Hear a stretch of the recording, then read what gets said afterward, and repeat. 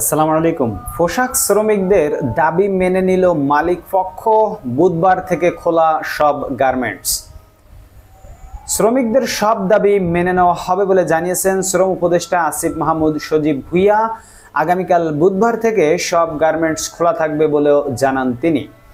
আজ মঙ্গলবার সচিবালয়ে সম্প্রতি দেশে চলমান শ্রমিক অসন্তোষের কারণে শ্রমিক এবং মালিক পক্ষের বৈঠকের পর সাংবাদিকদের তিনি এসব কথা জানান। শ্রম উপদেষ্টা আসিফ মাহমুদ সজীব ভুঁইয়া বলেন, দেশের শিল্পকে বাঁচানোর জন্য বুধবার থেকে সব শ্রমিকদের কাজে যোগ দেওয়ার আহ্বান রইল। মালিক শ্রমিক কোনো পক্ষ 18টি দাবি মেনে নেওয়া বা বাস্তবায়নের বিষয়ে আপত্তি করলে কঠোর ব্যবস্থা নেওয়া হবে। এছাড়া সব পোশাক কারখানার শ্রমিকদের বিদ্যমান হাজিরা বোনাস 225 টাকা বাড়ছে। সেই সঙ্গে আগামী অক্টোবরের মধ্যে সব কারখানায় সরকার ঘোষিত নিম্নতম মজুরি বাস্তবায়ন করা হবে। এই সময় স্বরাষ্ট্র মন্ত্রণালয়ের উপদেষ্টা মোহাম্মদ জাহাঙ্গীর আলম চৌধুরী, শিল্প মন্ত্রণালয়ের উপদেষ্টা আদিলুর রহমান খান এবং মৎস্য ও প্রাণী সম্পদ মন্ত্রণালয়ের উপদেষ্টা ফরিদ আক্তার উপস্থিত ছিলেন। শ্রমিকদের দাবিগুলো হলো, মজুরি বোর্ড পুনর্গঠন পূর্বক শ্রমিকদের ন্যূনতম মজুরি পুনর্নির্ধারিত করতে হবে। যেসব কারখানায় 2023 সালে সরকার ঘোষিত ন্যূনতম মজুরি এখনো বাস্তবায়ন করা হয়নি তা দ্রুত বাস্তবায়ন করতে হবে। নাম্বার 3, শ্রম আইন সংশোধন করতে হবে। নাম্বার 4, কোনো শ্রমিকের চাকরি 5 বছর পূর্ণ হওয়ার পর চাকরি থেকে অব্যাহতি দিলে অথবা চাকরিচ্যুত হলে একটি বেসিকের সমান অর্থ দিতে হবে। এর সঙ্গে সাংঘর্ষিক শ্রম আইনের 27 ধারা সহ অন্য ধারাসমূহ সংশোধন করতে হবে।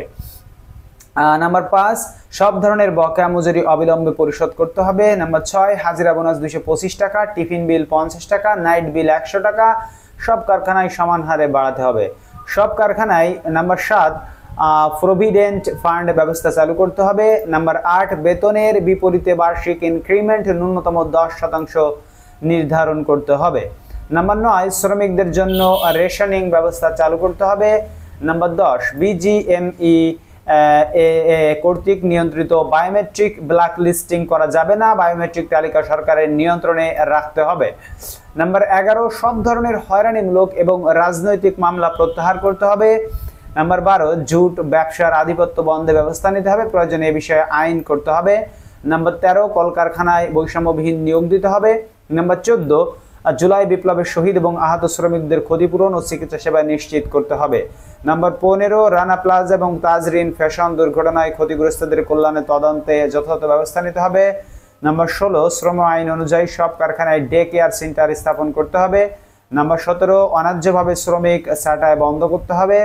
নাম্বার 18, নারী শ্রমিকদের মাতৃত্বকালীন ছুটির মেয়াদ 120 দিন নির্ধারণ করতে হবে। বন্ধুরা, এই যে 18টি দাবি শ্রমিকদের, এই দাবি প্রায় সবগুলো দাবি ছিল যৌক্তিক দাবি।